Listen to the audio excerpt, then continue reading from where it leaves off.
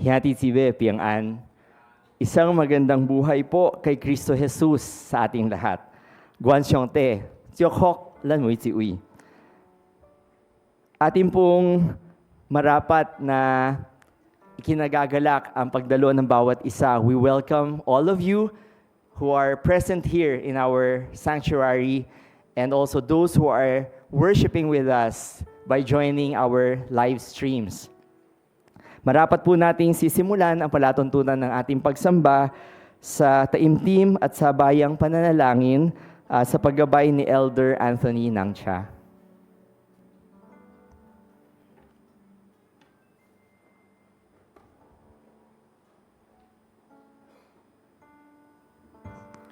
Kamusta na po tayo? Mabuti naman. Maraming nangyari na sa nagdaan ng mga linggo, no? Marami tayong pinagdaanan na pagsubok, marami din tayong pinagdaanan na tagumpay. At sa gitna nito, isa ang hindi nagbabago.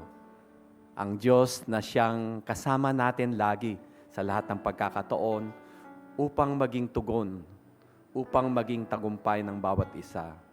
Narapat natin siyang pasalamatan, higit sa lahat, narapat natin siyang sambahin.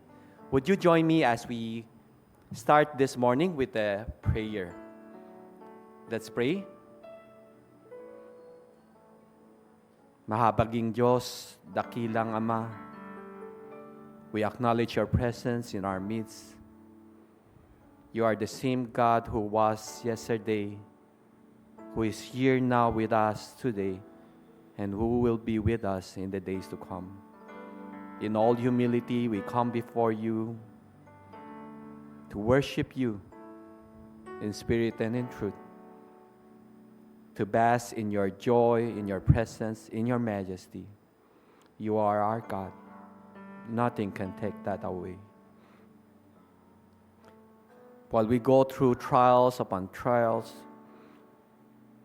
Ama, arami naming pagsubok na pinagdaanan sa nadaan ng ilang linggo. Ganon din lalo na sa mga pinuno namin sa iglesia na kusaan isa-isa po silang nagkakasakit. Dalangin po namin ang iyong gabay.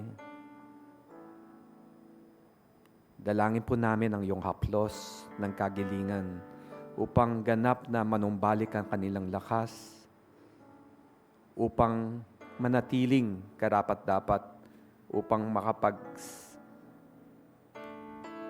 silbi. Lord, we pray for your healing hand be upon Brother Nick.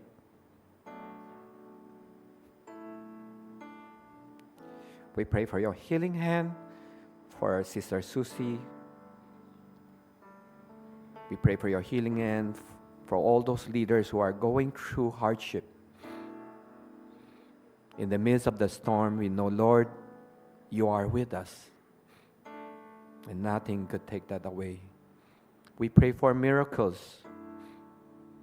We pray for change.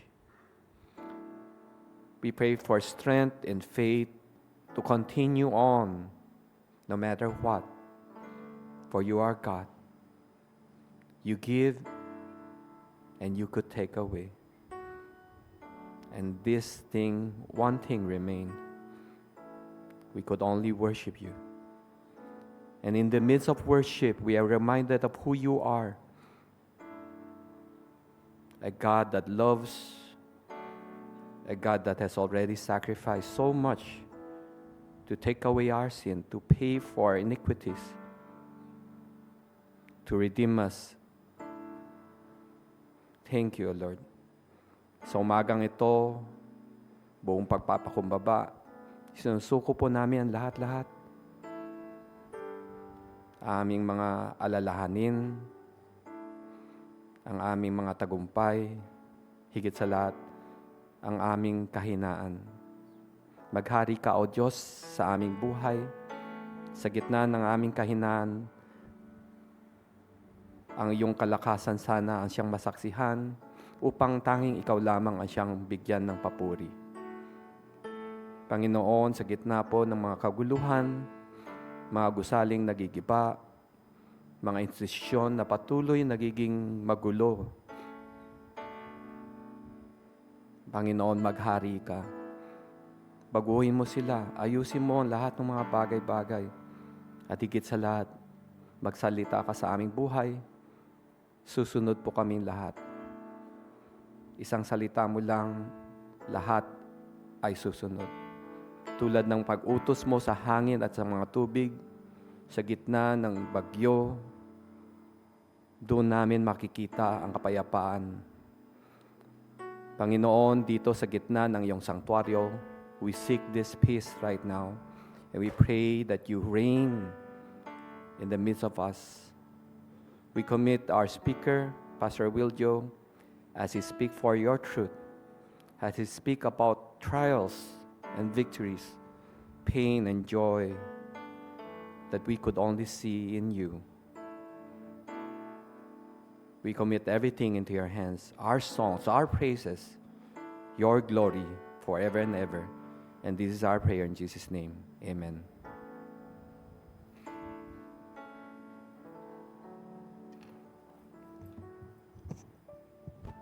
Isang pinagpalang umaga, kapwa mananampalataya at mga kaibigan. Isang maligayang pagsamba sa ating lahat. Lansin kamsya siyongte, kinadit ko sipay u sigetin hoy kihoy, tang lai jia lai o tianghua kito kao hui, ebang tiang dian hap zong pai, lai sakap kiang pai olo lenetsu yaso. Today is the last day of the merriest month of May. At sana po, along with it, matapos na rin po yung matinding init. At ang manguna sa ating buhay ay ang init ng pagmamahal ng ating Panginoon. And we are still enjoying our journey with Jesus. We have started in the month of May, yung bagong series po natin on the second third of the year about experiencing and enjoying the miracles and messages of Jesus, in the prayer that by doing so, we will be able to come to know Jesus more, know about His powers and His great love for us. Sa buwan na ito, una nating tinalakay yung unang milagro na ginawa ng ating Panginoong Jesus, that He turned water into wine. And following that, we witness how He healed a person from demon possession, how He healed a leper, a condition that is impossible to be cured at the time, and learned that nothing is impossible with Him, and how He healed a paralyzed man and came to know that we are so much in need of healing, not just physically, but more so spiritually. And today, we want to learn from the raising of a widow's dead son. At makita natin kung paano ang resurrection natin sa Panginoong Jesus ang makapagbibigay sa atin ng pag-asa na tunay nga na hindi kayang ibigay ng mundong ito. Gusto kong silipin natin din sa pagpapatuloy sa buwan ng Hunyo. We are going to continue on in the series of studying the miracles that Jesus performed in His lifetime. At una natin makikita ang calming of the storm, and then to be followed by the healing of Bartimaeus of blindness, the feeding of the 5,000, and healing of a woman from internal bleeding. So we are looking forward sa napakadaming dakilang pagkilos ng Panginoon sa ating buhay. At sana when we study His Word, when we come to experience and enjoy yung kanyang mga milagro po, the more we get to love Him. And the more we get to see how we are all so undeserving and yet so privileged and favored. Tayo po'y magsitayo, ating ipahayag ang presensya at pagsamba sa ating Panginoon. 咱来先现咱的圣经高诗篇第47篇第6到第7節。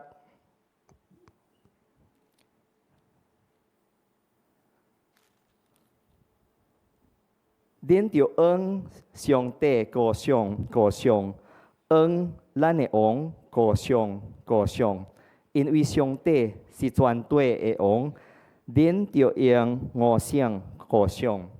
Let us all declare aloud together Psalms 47 verses 6 to 7. Sing praise to God.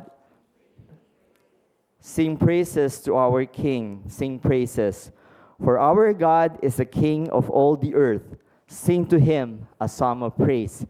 At buong lakas nating ipahayag ang ating pagsambat, pagpuri, ating basahin ang awit bilang 47, talata 6 hanggang 7.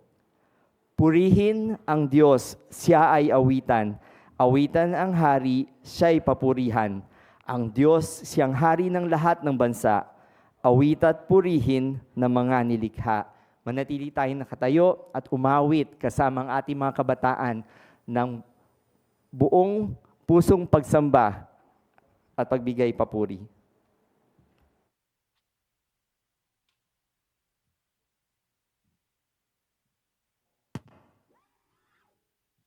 Good morning, brothers and sisters in Christ, and good morning to our Lord. So, sa umaga pong ito, batiin po muna natin ating mga katabi ng isang maganda at mapagpalang umaga sa iyo. Yan. So, this morning po, let us worship, let us praise our one true God because the Lord deserves everything na binibigay po natin at sinasabi po natin sa Kanya. Tunay na ang pagtataas sa pangalan ng Panginoong Jesus ay siyang nakakadakila sa atin po.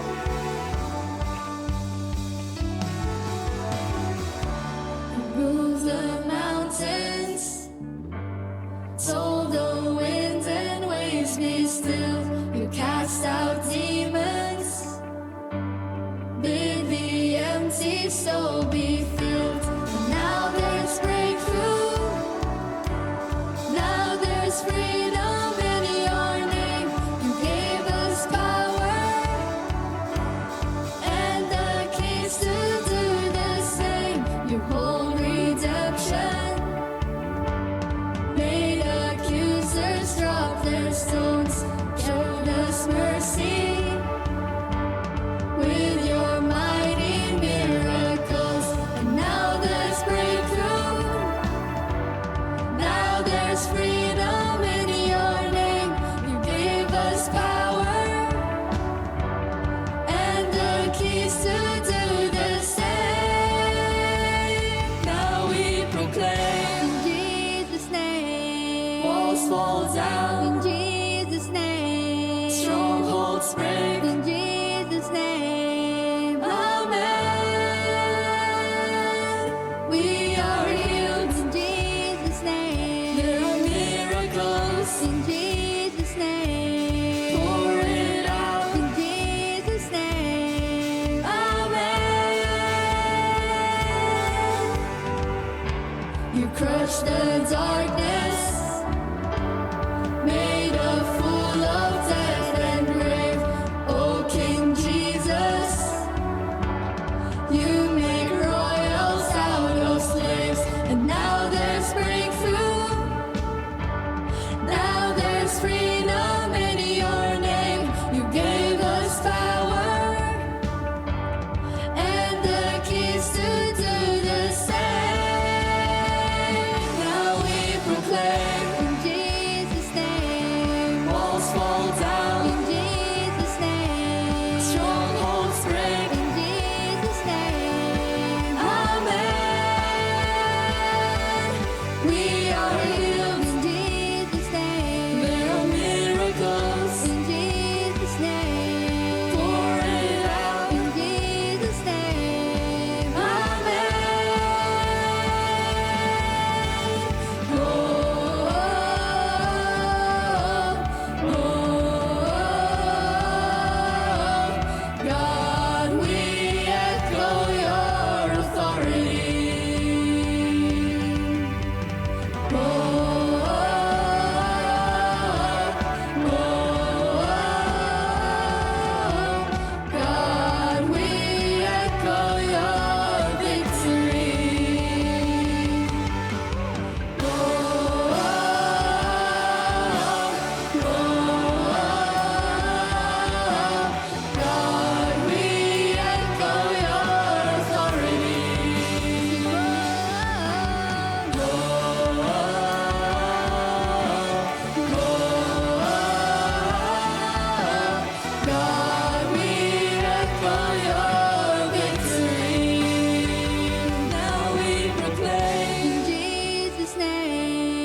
walls fall down. In Jesus' name. Strongholds break. In the name of Jesus. Amen. Sing, we are healed in Jesus' name. Let our miracles In Jesus' name. pour it out. In Jesus' name.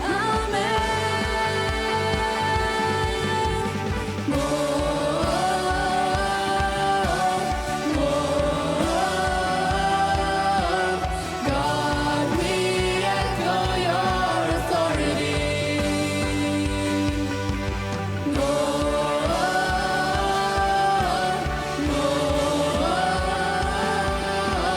God, we echo your victory. Hallelujah. Let's continue to sing praises to God, declaring His goodness. Let's all lift up our voices and rejoice in the Lord always, no matter whatever situation we're in.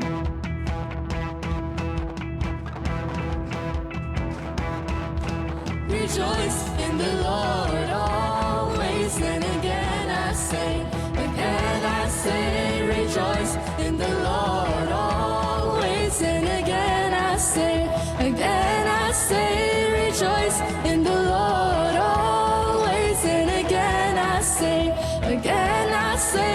rejoice in the Lord always, and again I say, rejoice.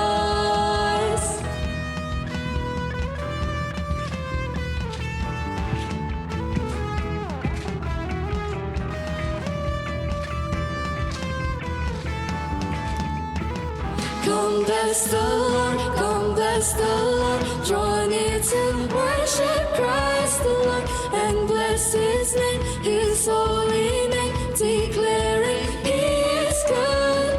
Come bless the Lord, come bless the Lord. Draw near to worship Christ the Lord and bless His name, His holy name, declaring He is good. Oh, that men would praise Him. Oh, that men would praise Him. Rejoice in the Lord always, and again I say, rejoice in the Lord always, and again I say, rejoice in the Lord always, and again I say, rejoice in the Lord always, and again I say, rejoice.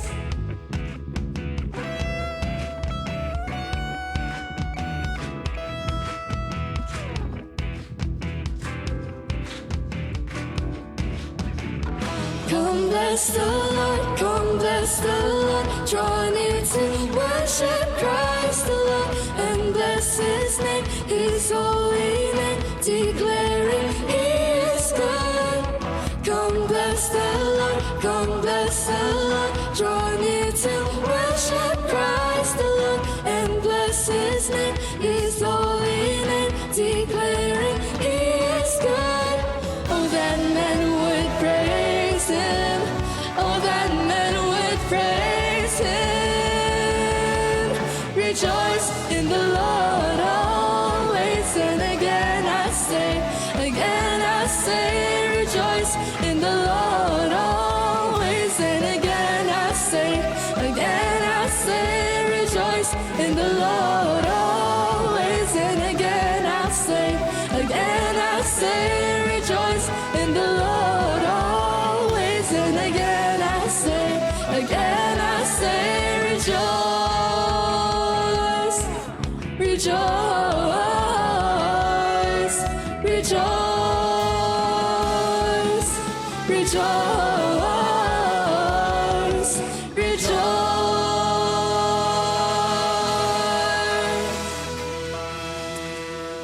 Hallelujah. Let us continue to dwell in the presence of the Lord. Let us continue to worship Him. Let us believe that Jesus is our friend. Let us sing this song as a prayer to our God. Hallelujah, Jesus. Let's worship the Lord.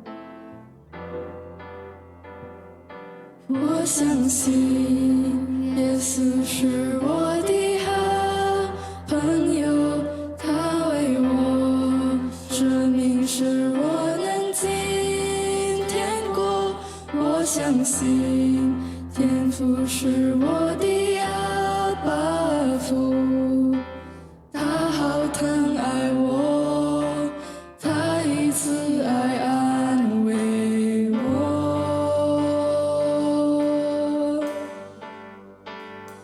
我相信神灵是我的安慰者，他时时同在温柔地牵引我。我相信生命充满美好计划，一生敬拜你，活出最美的旨意。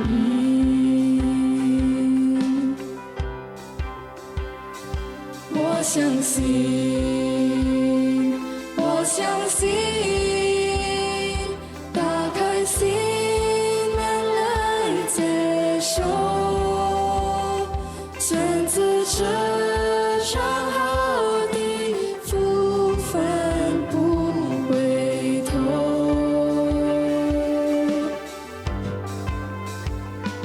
我相信，我相信，我的生命已不同，一路上有主来陪伴我，永远不离开我。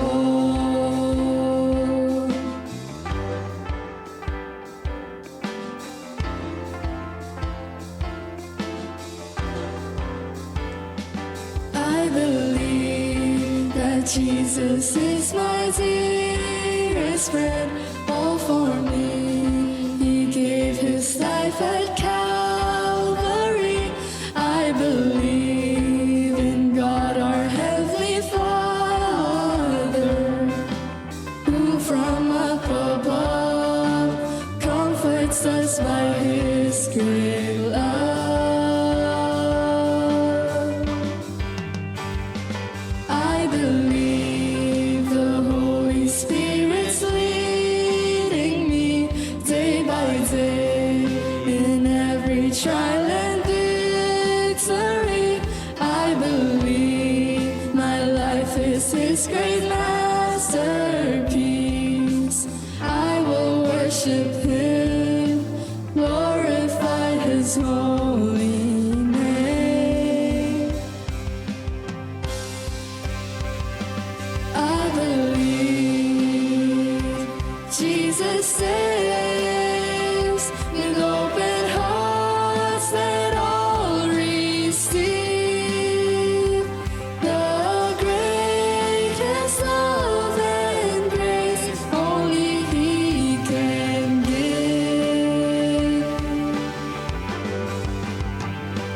I believe Jesus reigns. He set me free, gone are my chains. Since I know I'm His, then I will be with Him eternally. 我相信，我相信，打开心门来接受，选择这上好的福分不回头。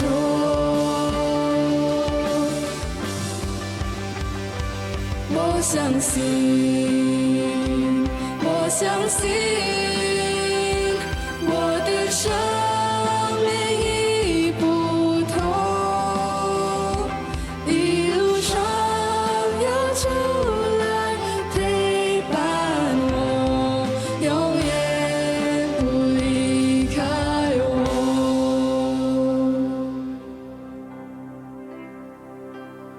Since I know I'm His, and I will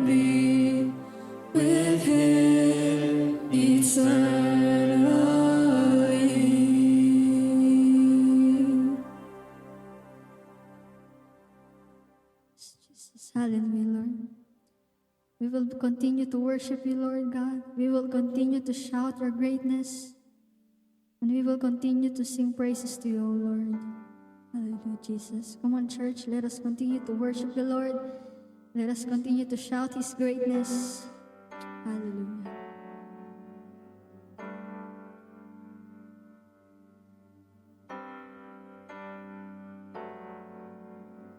Great is the Lord and most worthy of praise. The city of our God, the holy place, the joy of the whole earth.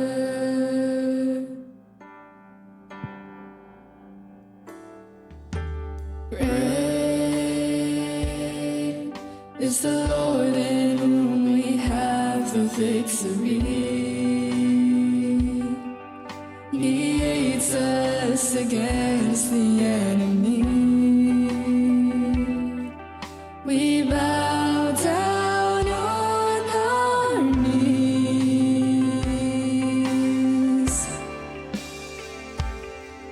And Lord, we want to lift your name on high. And Lord, we want to thank you for the works you've done in our lives. And Lord, we trust in your unfailing love. For you alone are God eternal, throughout earth and heaven above.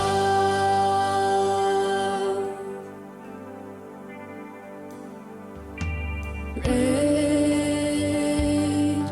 is the Lord and most worthy of praise. The city of our God, the holy place,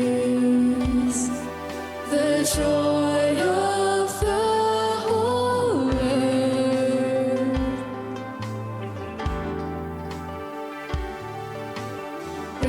Great is the Lord in whom we have the victory. He aids us against the enemy. We bow down on our knees.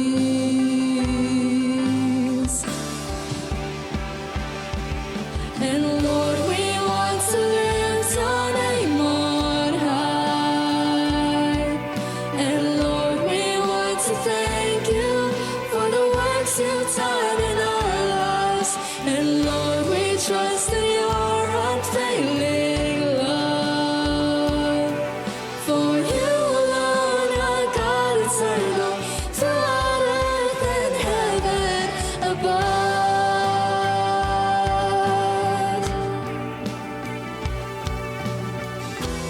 Yes, Jesus, truly your name is high above everything, Lord. And we will continue to lift up your name, Jesus. We will continue to shout your name, your greatness, O Lord. Hallelujah, Jesus. Hallelujah. And Lord, we want to lift your name on high. And Lord, we want to thank you for the works you've done in our lives. And Lord, we trust in your unfailing love. For you alone are God eternal, throughout earth and heaven. And Lord, we want to lift your name on high. And Lord, we want to thank you for the works you've done in our lives. And Lord, we trust in your unfailing love. For you alone are God eternal, throughout earth and heaven above. For you alone are God eternal, throughout earth and heaven above. For you alone are God eternal, throughout earth and heaven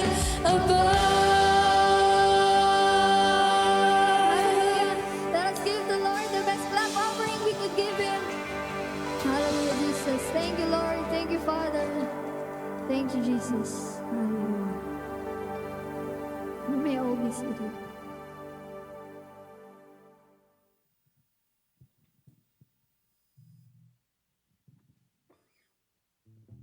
Praise the Lord. Pagsabi nga po sa tabi ninyo, buhay ka pa ba?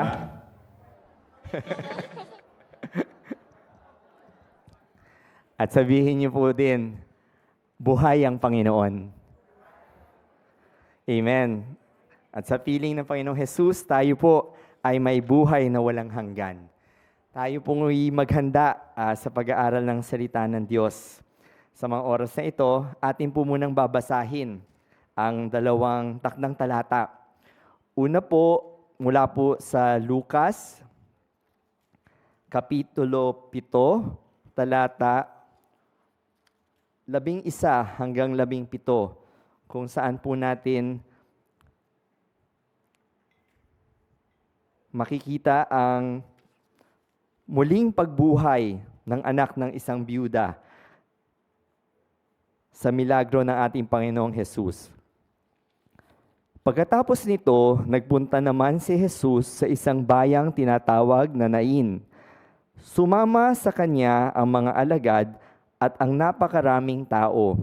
Nang malapit na siya sa pintuan ng bayan, may isang lalaking namatay na dala ng mga tao patungo sa libingan. Ito ay kaisa-isang anak na lalaki ng isang byuda. Napakaraming tao mula sa bayan ang sumama upang makipaglibing.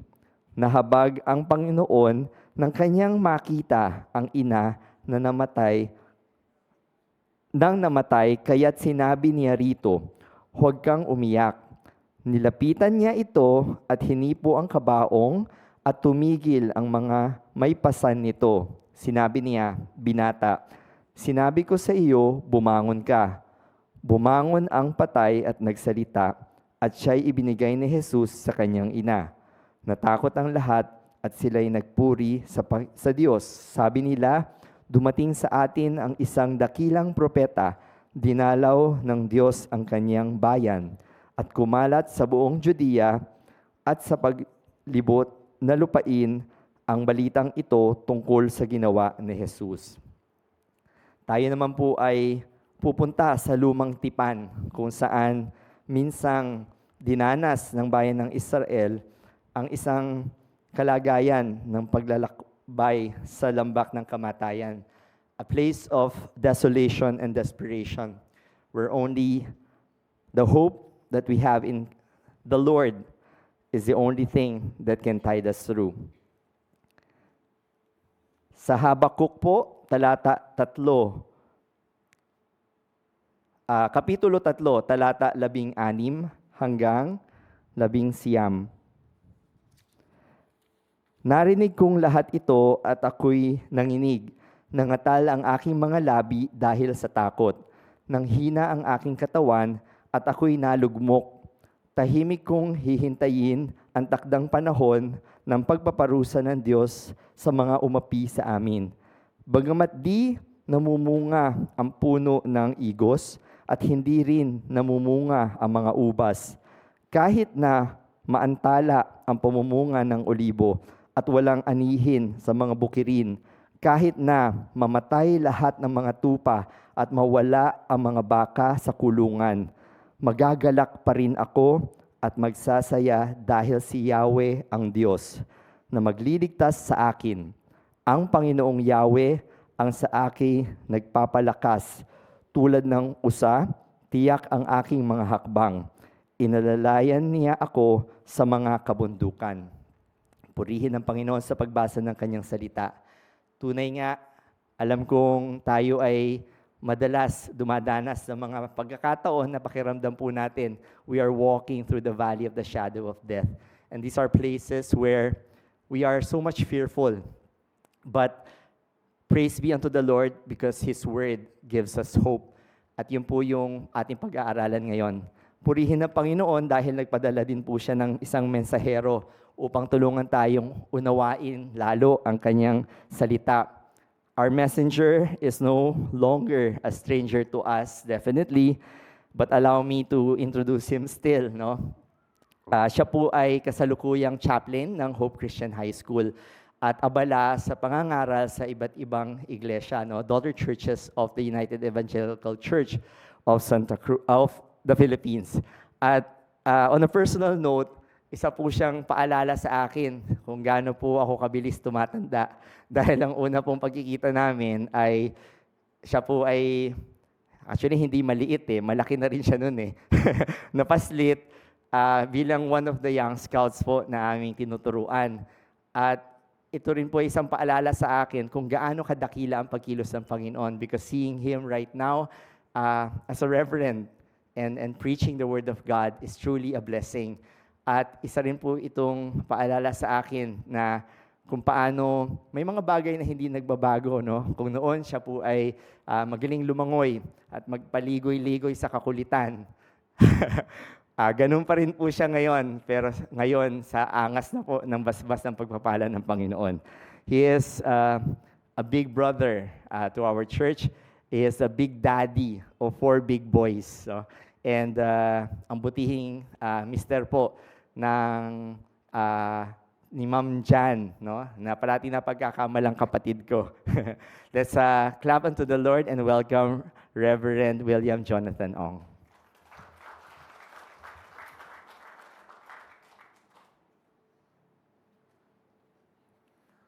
Good morning, everyone. I thank God na I can come here and share God's Word once again. And today, thank you, sinamahan ako ni Pando. And of course, ang bagong recruit namin, si Ronald, bagong recruit. Okay, so today the message is about from fear to faith. Okay, from fear to faith. It is trusting God when life does not make sense. Trusting God when life does not make sense. Alam mo, when we grow old, there are a lot of things that surprises us. Maraming bagay that surprises us. Life has a way of bringing us into situations that don't make sense. Moments when prayers seem unanswered. When injustice seems to win. When suffering lingers longer than we expect. A lot of times we like to pray, tama? But sometimes our prayers are not answered. And life does not make sense when death comes into our family. When sickness, biglang dumarating yung mga sickness. When our business fails. When there is problems with our job. Okay? So when we come to God, we ask questions like, Lord, where are you? Lord, why is this happening to me and my family? Lord, bakit ako na naman? Bakit family ko na naman? Life sometimes feel like it's a boxing match. Parang palagi na lang ikaw ang favorite ng mga calamity sa buhay. It's like, ikaw nagkasakit ka, nung gumaling ka na, misis mo naman. Tapos nung gumaling na yung misis mo, anak mo naman. It's like never-ending problems. And some people do not understand. And that's when you feel that life doesn't make sense. And dito sa book of Habakkuk, alam mo in Habakkuk 1 and 2, itong prophet na si Habakkuk, hindi niya maintindihan ang Panginoon. Bakit? Kasi sa chapters 1 and 2 ng Habakkuk, God wanted to punish Israel. And His way of punishing Israel was He was gonna send, He was gonna use another country to invade Israel. So yun yung paraan ng Panginoon para i-punish ang Israel. And Habakkuk was questioning God's justice. He was struggling with God. Okay, but in chapter 3, something changes. Habakkuk stopped complaining. Tumigil siya sa pagko-complain. Habakkuk may not have received all the answers na gusto niya, but he found something greater. He found faith. Alam mo, ang buhay, no? Pag wala tayong faith, mahirap to live. Pag wala tayong Panginoon and problems come our way, saan tayo kakapit? And I think that's why a lot of people, when they don't have God and problems come their way, kumakapit sila sa mundo. Kumakapit sila sa alak. Kumakapit sila sa bisyo, babae, gambling, whatever. Because if you don't have God and you have a big problem in your life, the tendency is you will try to find the answers in this world. So in this chapter, in Habakkuk 3, it shows us how to move from fear to faith. From fear to faith. So we have to stop living in fear and start living with faith. And when does fear come into our life? Kailan ba pumapasok talaga ang takot sa buhay natin? When we cannot see God anymore in the picture. That's when fear comes into our life. As parents, no? What are the biggest fears of parents? Ano ang biggest fears natin as parents? Alam niyo ano? Kayo. Yung mga tumutugtog dito. Kayo yung fears namin. Totoo yan. Ang takot ng parents is yung mga anak namin ay pumunta sa maling daan. Di ba? Every time my son tells me, Dad, late ako uuwi. Ayan na, matatakot ka na. Pero, kailangan mo din bumitaw eh. No? They're 21, 22. No? Pag sinabi nilang late, alam mo na yun, umaga na. No? 1 o'clock, 2 o'clock, 3 o'clock. Pikit mata na lang, pray. Yun yung fears natin. Ano pa yung fears namin mga parents? Baka makabuntis. Kasi lalaki lahat ng anak ko. No? Hindi mo alam eh. You never know. Temptations. Lalo na yung lahi namin, di ba? Tingnan mo naman. Di ba? Alam mo talaga, naiinsulto ko, ganyan, tawa-tawa ka pa. Nasasaktan din ako. Ha? Okay? Di ba? Pag lahi ng mga gwapo, mahirap eh, di ba? Tama ba? Di ba? Tama? Ikaw, yan. Okay? Yan yung mga fears namin mga parents. Na yung anak namin, sumama sa mali. Okay pa nga minsan eh, bumagsak sila sa school. No?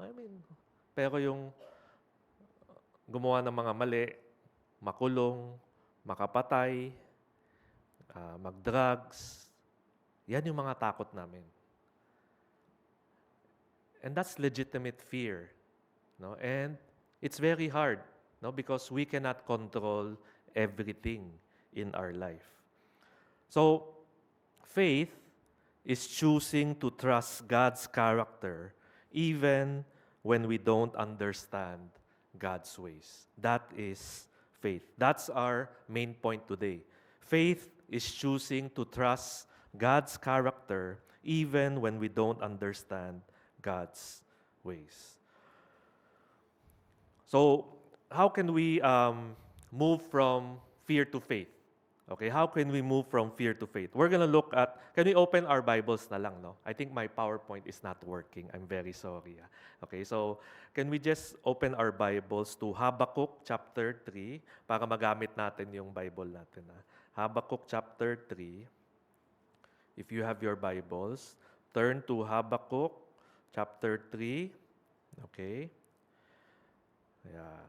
Habakkuk chapter 3. Verse 1 to 2. Okay?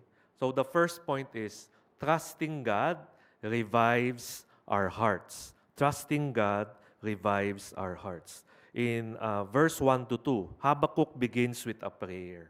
Now in chapter 3, nagbago na yung pananaw ni Habakkuk. Hindi na siya galit kay Lord. Sa chapter 1 and 2, he was pretty upset with God. Hindi siya agree sa decision ni God tapang ni Habakkuk, no? Okay? But in chapter 3, he accepted, what God was gonna do, and he starts to pray. He says, verse 1 to 2, he said, Lord, I have heard of your fame. I stand in awe of your deeds, O Lord. Renew them in our day. In our time, make them known. In wrath, remember mercy. In this chapter, si Habakkuk the prophet doesn't start with a complaint anymore, but he starts with a prayer. He says, Lord, I have heard of your fame. In other words, he says, Lord, I remember who you are. Then Habakkuk says, renew them in our day. What is he saying? He's saying, Lord, can you please show me again who you are? Show me again your power. Okay? But don't miss this. He also says, in wrath, remember mercy.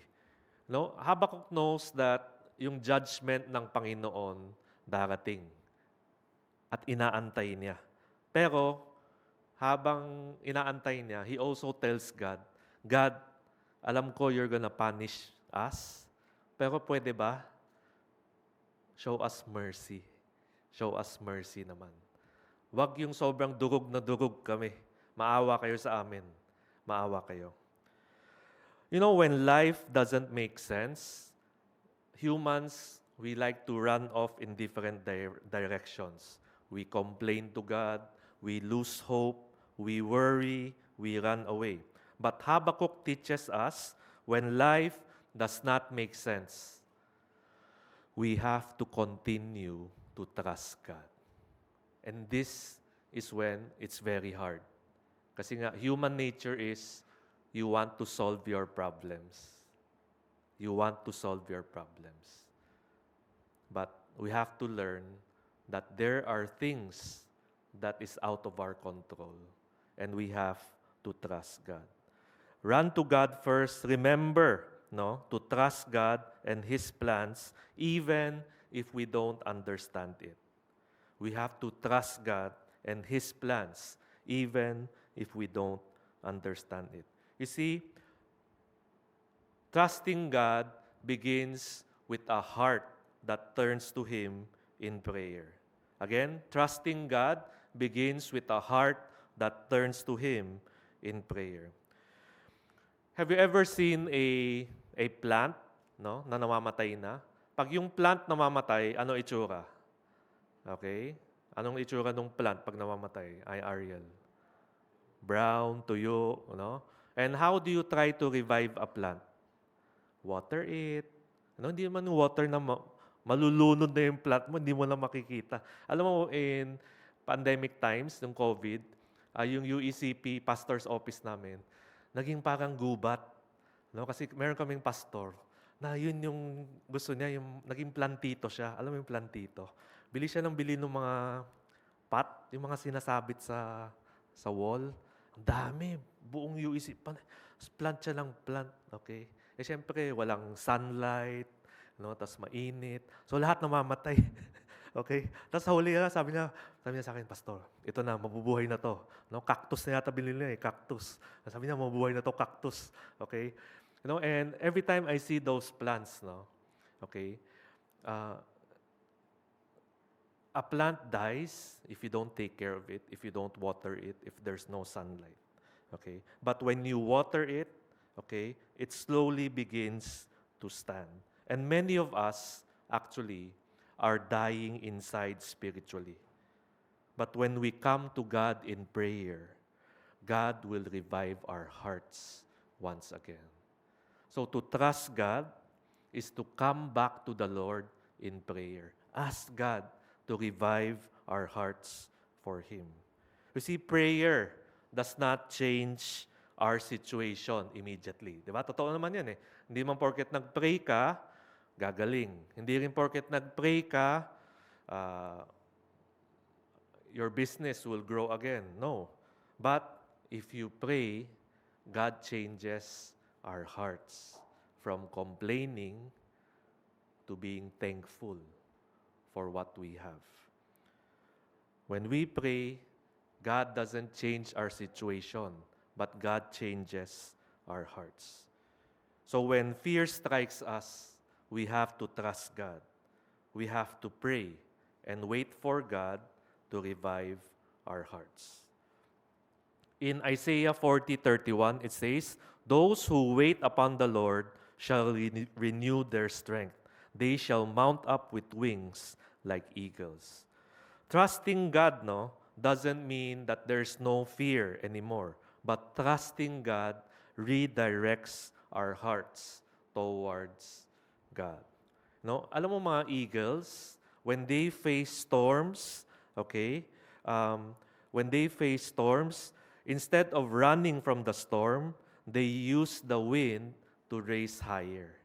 That's how eagles face the storms. In the same way, trusting God, doesn't remove the trials in our life, doesn't remove our sickness, doesn't remove our problems with our children, doesn't remove our personal health problems or fear, but God uses those trials in our life to strengthen our faith, to strengthen our character.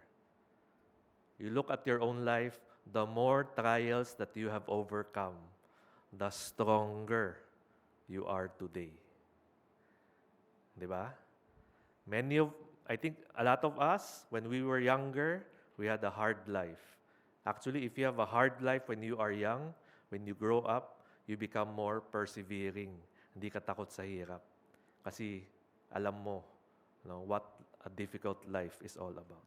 So, second point, trusting God is remembering who He is. We are a forgetful generation. Makalimutin tayo. We easily forget who God is in our life. So in Habakkuk chapter 3, when the prophet was praying to God, he remembers the many things that the Lord had done in the past. He remembered the Mount Sinai experience. He remembered the Red Sea experience. He remembered the 10 plagues that God sent in Egypt. He remembered when God stopped the sun. He literally stopped the sun. So, the teaching is, as Christians, when we are in the midst of trials, it's also good to look back and reflect on God's goodness, on God's power sa life natin. If God could separate the Red Sea, if God could show Himself during Mount Sinai, if God could send the 10 plagues, can God not help us in our moment of problems? So in his prayer, Habakkuk looked back and he recalls God's mighty acts. In verse 3-4 of Habakkuk 3, it says, "God came from Teman, His glory covered the heavens, and His praise filled the earth." So Habakkuk was referring to the Mount Sinai experience in his prayer. He remembered in Exodus chapter 19, when Moses led the people out of the camp to meet with God, and they stood at the foot of the mountain. Mount Sinai was covered with smoke, because the Lord descended on it in fire. So here, he remembers the Mount Sinai. Kayo ba? Do you have the Mount Sinai experience where you experience God in your life? Second, he remembers God sending the 10 plagues in Exodus chapter 7-12. In verse 5-7, he says, "Plagues went before him, nations trembled." Then third, he remembers the parting of the Red Sea in Exodus 14, when God did the impossible. He said in verse 8, "Were you angry with the rivers, O Lord? Was your wrath against the streams? Did you rage against the sea when you rode with your horses and your victorious chariots?" So what was Habakkuk referring to? He was referring to the parting of the Red Sea. And lastly, he also remembered God stopping the sun in its tracks.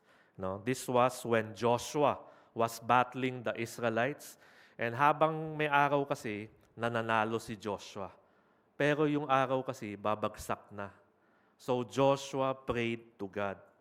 No, sabi niya, Lord, malapit na ako manalo. So anong ginawa ni God? He stopped the sun, literally. Okay? And the Bible says, the sun stopped, the moon stood still, and the day was prolonged until Israel achieved victory. You see, Habakkuk remembers God's mighty acts. And he remembers that God is all-powerful and that God is great. And this is what we call a theophany, a visible display of God's power and presence. You see, Habakkuk remembers God parting the Red Sea, appearing in Mount Sinai, and stopping the sun. It's hard to remember God when life is not fair. It's hard to remember God when we are in the midst of trials. It's hard to remember God when life is also very happy. Di ba? You know, I was able to visit si Ayanik. No? Alam mo saan ako nag-visit? Sa Lourdes. Alam mo, when I was driving to Lourdes Hospital, para akong reminisce. Sabi ko, dito pala ako dito ako dinala nung na-COVID ako. No? And alam mo, pag-park ko doon, and I was going to Elder Nick's room, napadaan ako doon sa place kung saan ako pinasok, doon sa ER. I was going, tinignan ko lang, sabi ko, dyan ako muntik mamatay. You know? And it's like just a few years ago, but if you don't reflect on it, you don't really think about what God did for, pag hindi ko inisip, hindi ko na maalala yung hirap, yung muntik na talaga. Okay? And yung, hindi mo ma-remember yung power ni God, kung paano niya ginawa yung pag-save sa akin. I think that's how we are as humans sometimes. We easily forget kung gaano ka-powerful si God. And talaga, pagpasok ko dyan, pati pag-uwi, front view, kasi pag punta ko kay Brother Nick, back view, nakita ko yung entrance ng ER. Pero pag pauwi na ako, front view naman. Okay, sabi ko, talagang pinapaalala ni Lord. Okay, pati pag visit ko dun sa room, hinahanap ko nga room ko eh. Gusto ko hanapin room ko eh. Kasi 5 days ako nandun. Okay. Life does not make sense. Diba? Life does not make sense talaga. And we need to have God. We need to trust God. Kasi if we don't have God, we're gonna get depressed in life. We're gonna lose hope. Okay? But if we have God, then we have the will to continue on to serve Him every day. When life seems unfair, always remember God. Trust God and remember who God is. He is sovereign. When the future is uncertain, remember God's past faithfulness. When the future is uncertain, remember God's past faithfulness. Okay?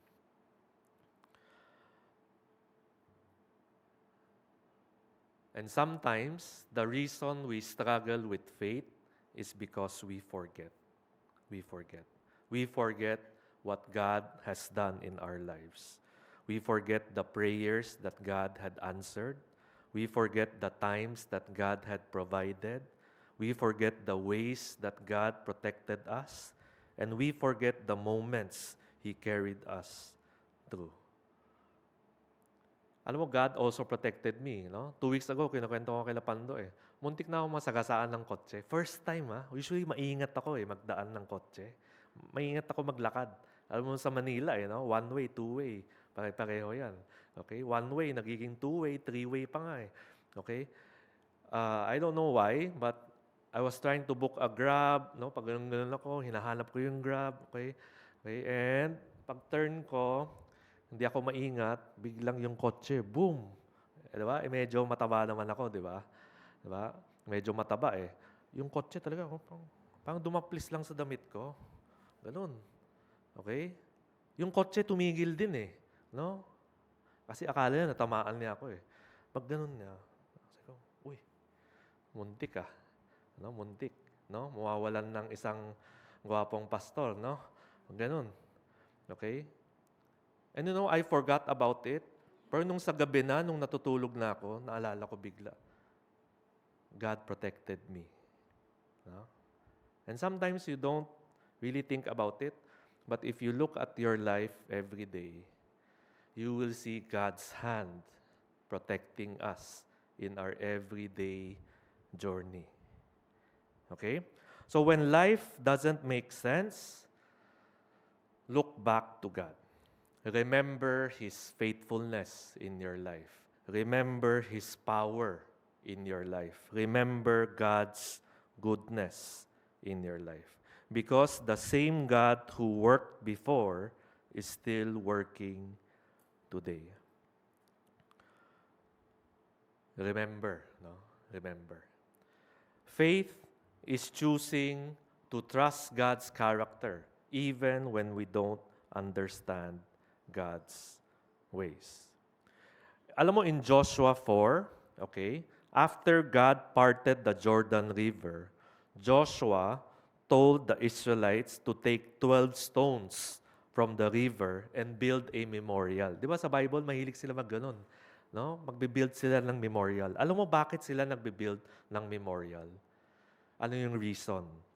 So that yung next generation, that they would remember what God had done.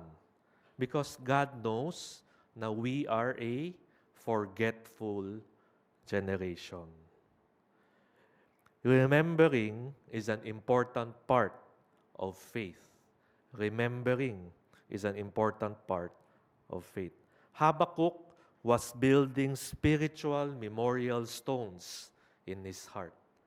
As he prayed, he remembered how powerful God was and God is. He remembered Mount Sinai.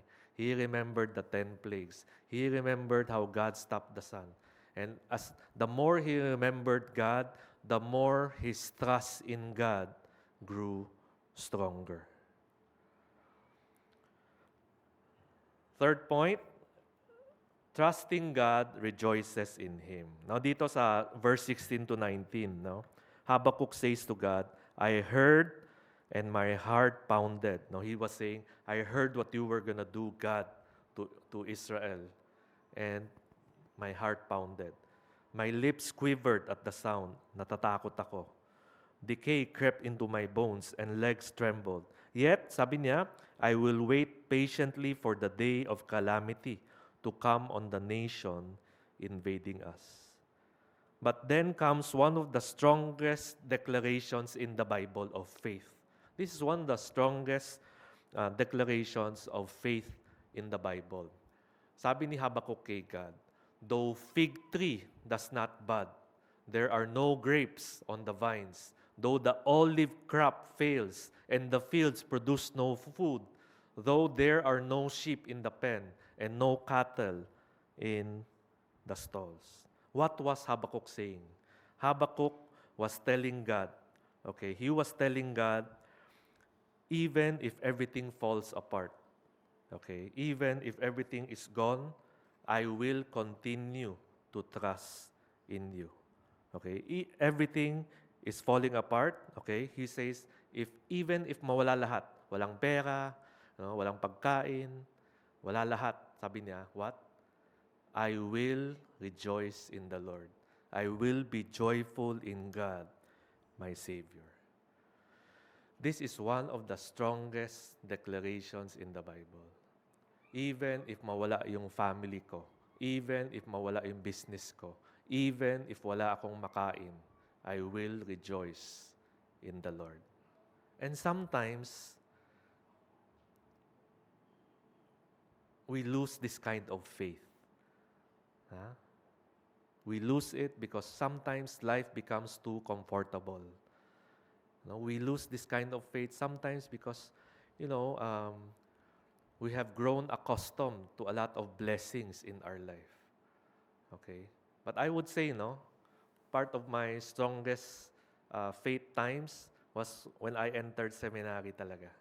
No, when I entered seminary, parang ano yun eh, you against the world. No? Wala kang pake. Kahit anong sabihin ng tao. No, usually people will, maling decision yan. Huwag kang papasok. No? Mahirap yan. Okay? But when you go in and you serve God, you just trust God. And that's a different kind of faith. Okay? And Habakkuk is telling God, no matter what happens, O Lord, I will rejoice in the Lord.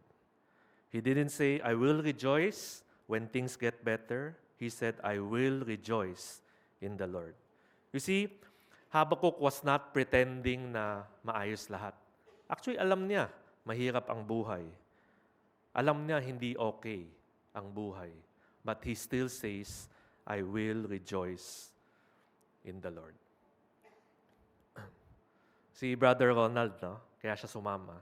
Kasi may balak siya mag-seminary. Tama, di ba? Ayaw mo na back out na. Tuloy pa rin, no? Kanina nag-uusap kami. Sabi ko, sure ka na ba talaga? Ako yung natatakot konti.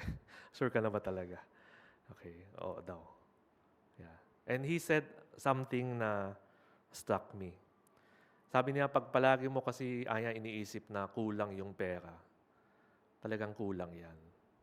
Pero if you have faith na God provides, kahit kulang yan, enough yan. Sabi ko, pwede na ito magpastor. Diba? Ako pa yung tinuruan.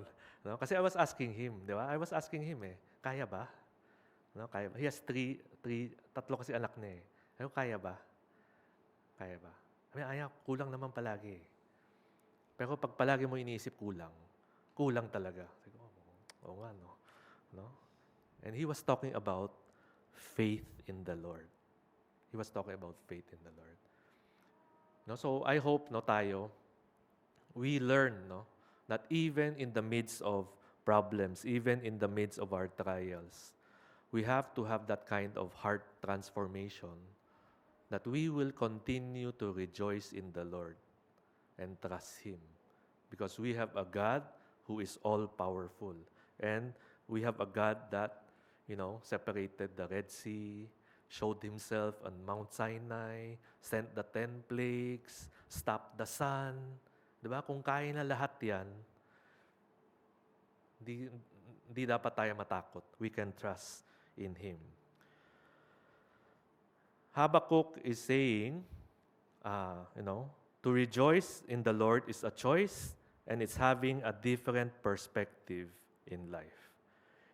There was once a child who was riding a ship during a violent storm. Okay, so dito madalas sumakay ng mga bangka or ship, ganyan.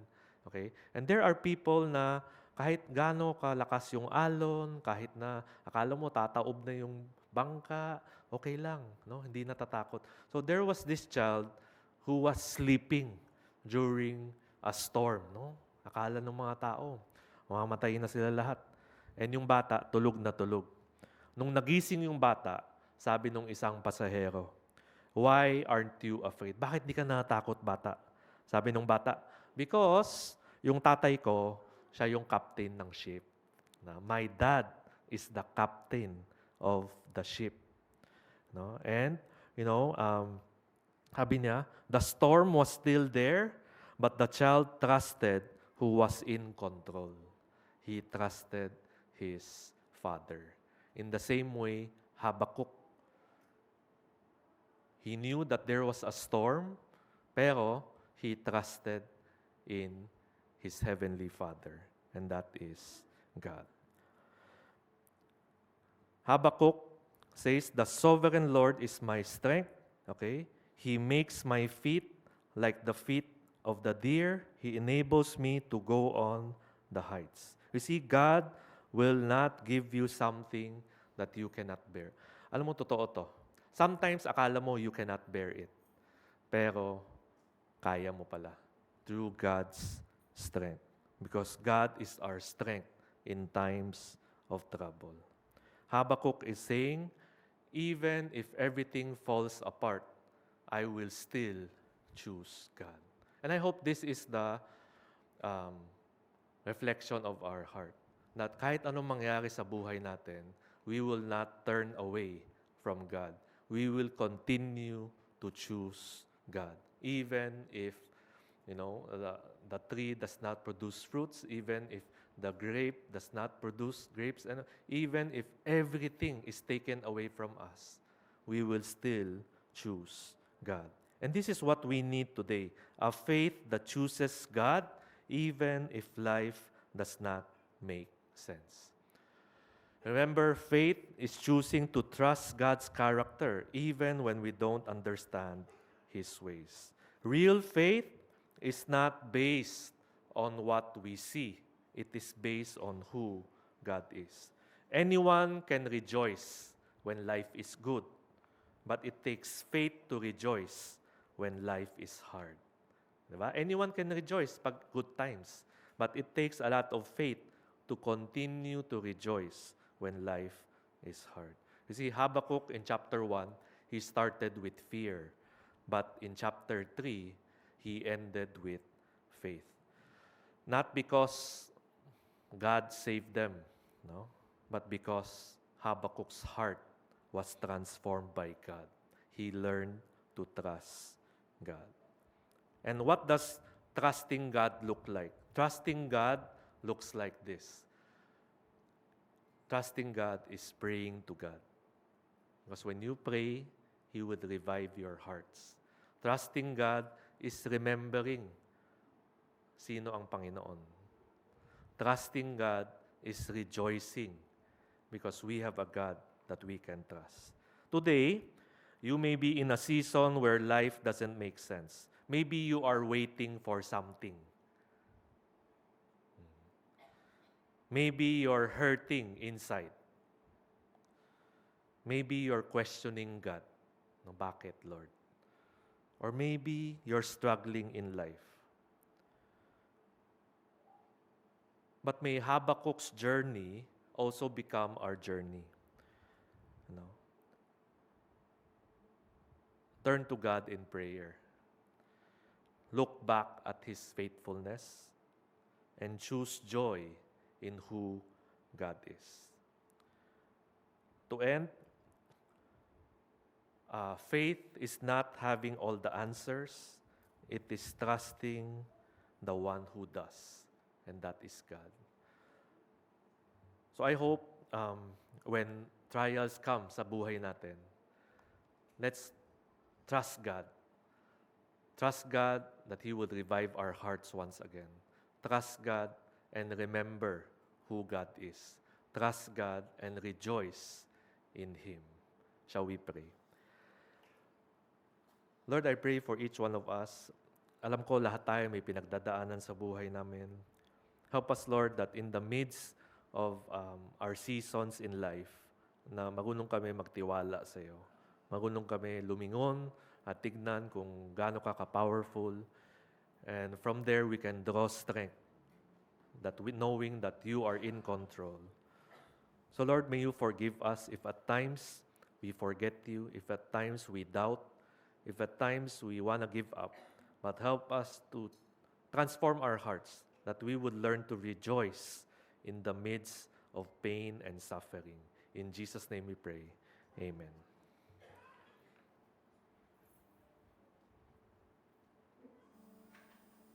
So may I invite everyone to please stand as we sing a song of response.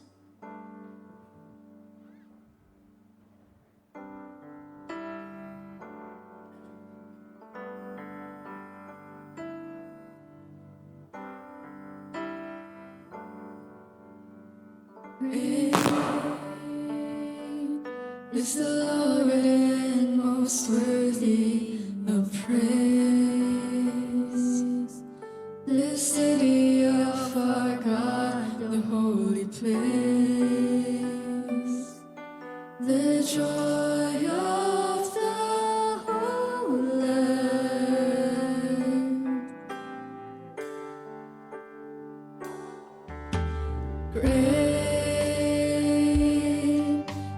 Lord in whom we have the victory. He aids us against the enemy. We bow down on our knees.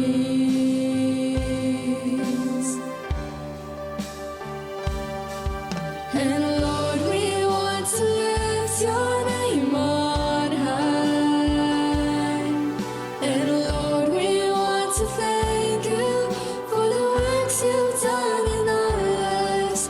And Lord, we trust in your unfailing love. For you alone are God eternal, throughout earth and heaven above.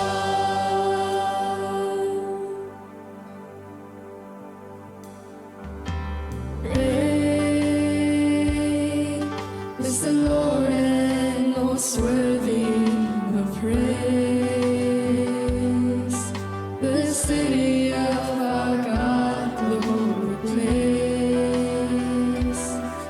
The joy of the whole earth.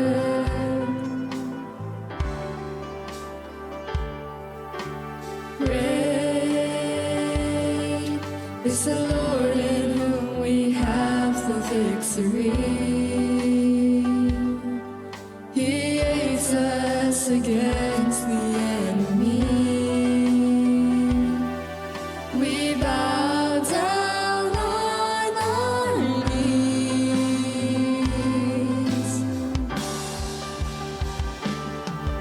And Lord, we want to lift your name on high. And Lord, we want to thank you for the works you've done in our lives. And Lord, we trust in your unfailing love. For you alone are God eternal, throughout earth and heaven. And Lord, we want to lift your name on high. And Lord, we want to thank you for the works you've done in our lives. And Lord, we trust in your unfailing love. For you alone are God eternal, throughout earth and heaven above. For you alone are God eternal, throughout earth and heaven above. For you alone are God eternal, throughout earth and heaven above.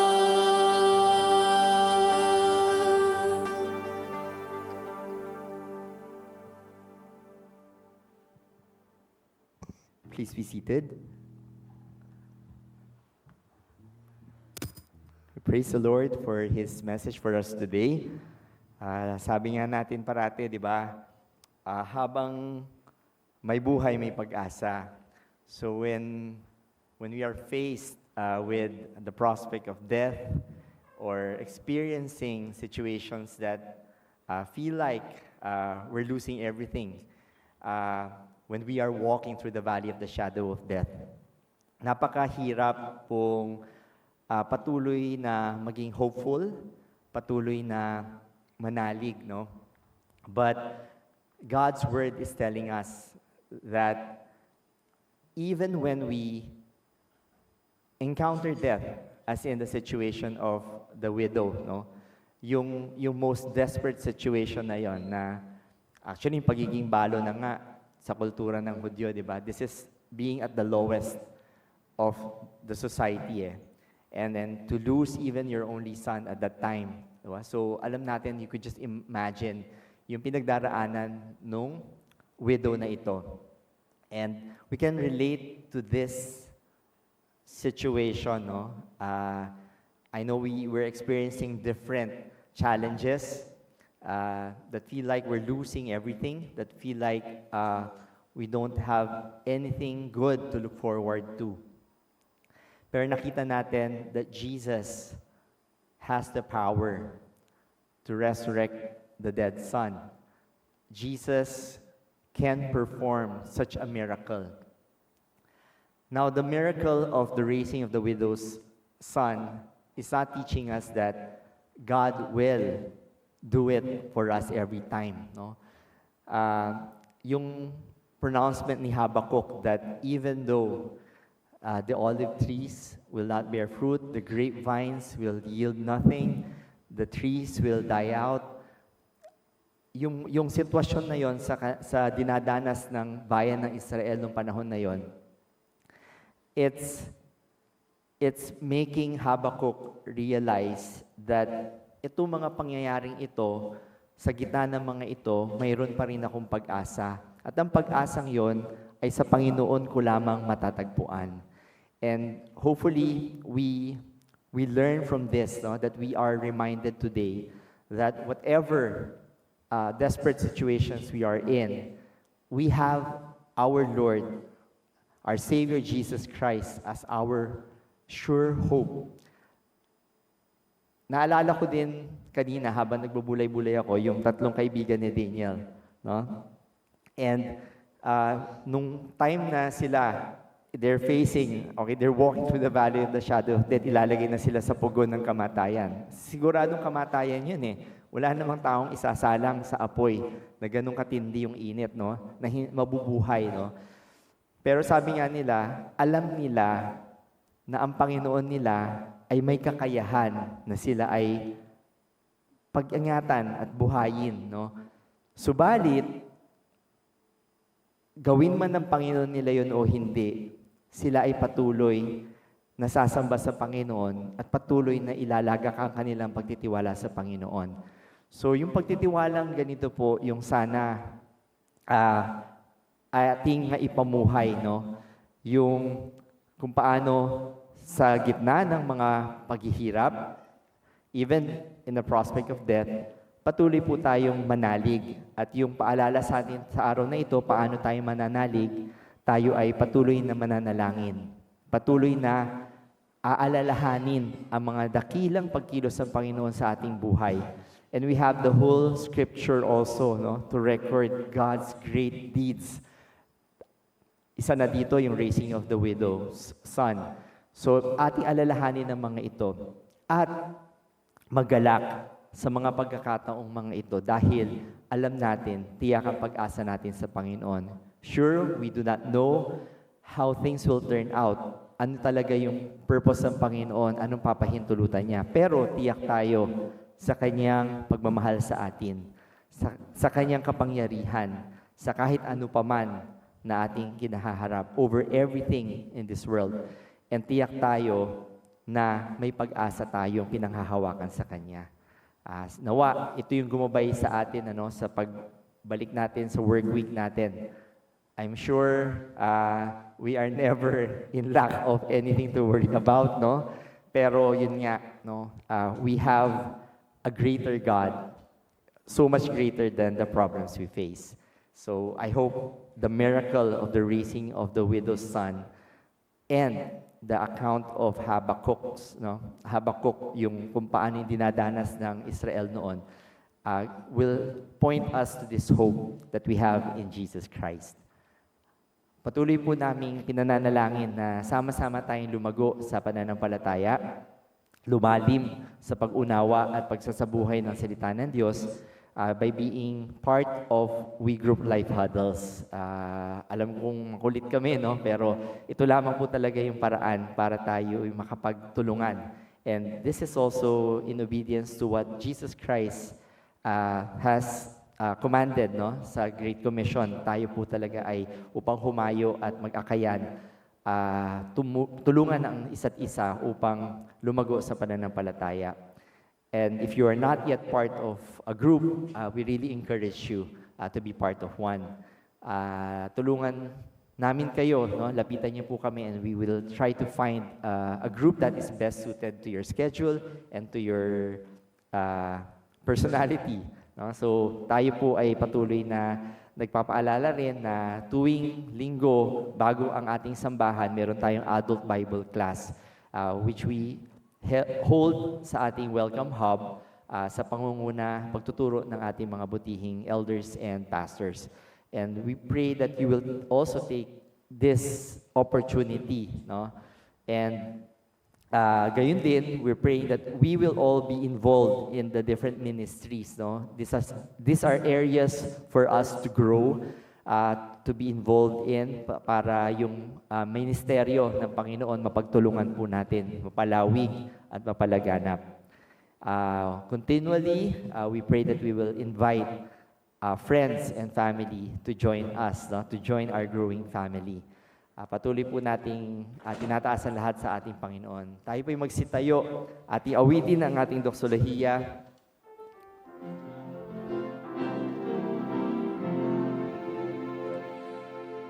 Walang kiusuya so kito, yen bengun tien to be.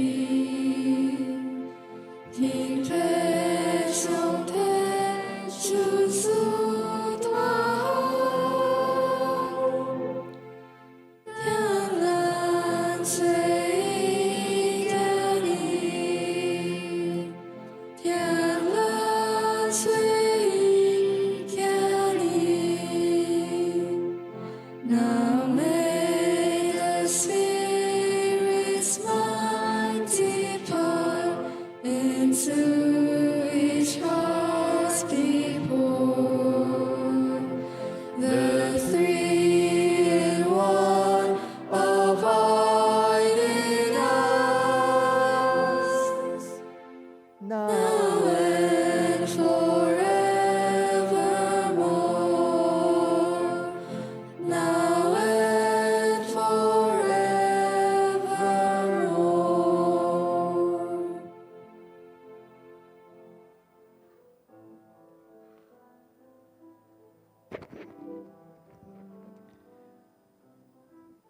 May the Lord meet you in your deepest valleys, carry the burdens of wherever you're not meant to be alone. In your moments of grief, may you feel His tender compassion drawing near, whispering peace to your heart, turning your sorrow into unexpected joy.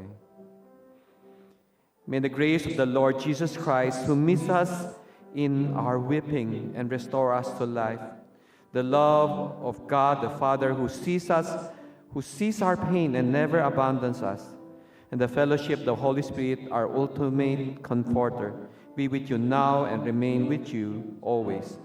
In Jesus' name, amen. May the love of God, our Father, be with us, and the grace of Christ, our Savior, be with us, and the fellowship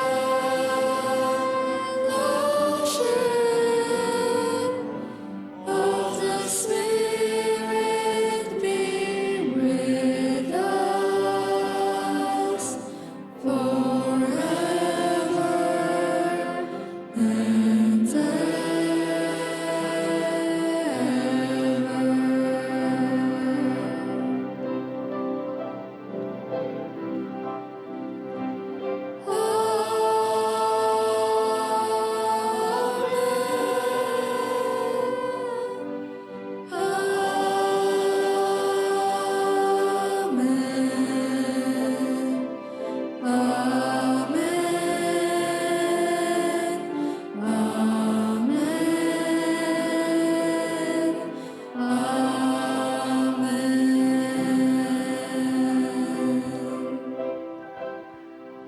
Lanetsuhe, Kao Jacket Sok. Dito po, nagtatapos ang palatuntunan ng ating pagsamba. Subalit hindi ang ating pagsamba, ang pagpatotoo at ang pag-aakayan kay Kristo Jesus. Tayo po'y mag-Kristo-mustahan muna at magka-fellowship bago umuwi. God bless everyone. Godspeed.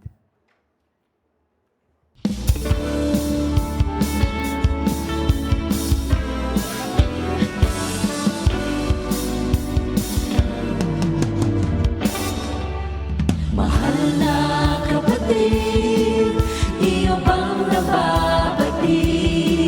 Si Jesus ay naghatid, pag-ibig na walang patid. Ganap kanyang kagalakan, sa tuwina ang kalakasan, ipaguni ating kaligtasan. Mahal na kapatid, iyo bang nababatid? Si Jesus ay naghatid, pag-ibig na walang patid. Ganap kanyang naranasan, sa tuwina ang kalakasan, ipaguni ating kaligtasan. Sa bagong buhay, pag-asa walang hanggan, puno ng gulay, pag-asa at tagumpay. Halina't sama-sama, sa Kanya lamang sasamba. Purihin si Jesus na walang humpay.